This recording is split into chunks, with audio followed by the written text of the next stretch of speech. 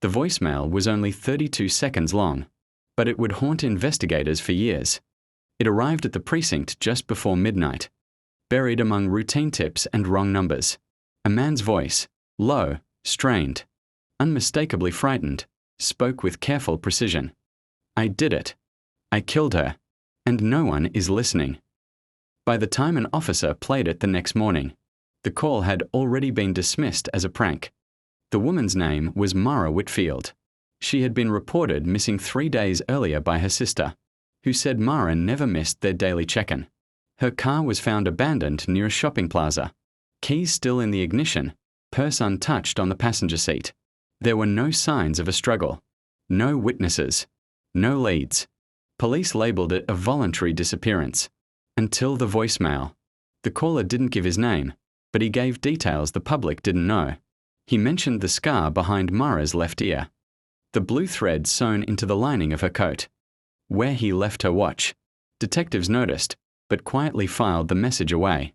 The confession was marked unverified and forgotten as resources grew thin. 2 weeks later, a body was found in a wooded ravine 20 miles outside the city. It was Mara Whitfield. The medical examiner confirmed. The cause of death matched the voicemail. Strangulation. The time of death aligned perfectly with the date of the call. Suddenly, it didn't sound like a prank. Police reopened the file and traced the call to a burner phone bought with cash. No fingerprints. No footage. The trail went cold.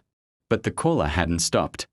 Over the next 6 months, 7 more voicemails arrived, each confessing to a different crime. Different victims. Different locations. Every time, the calls came before the bodies were found. And every time, police hesitated. They told themselves it was coincidence. A disturbed voice seeking attention.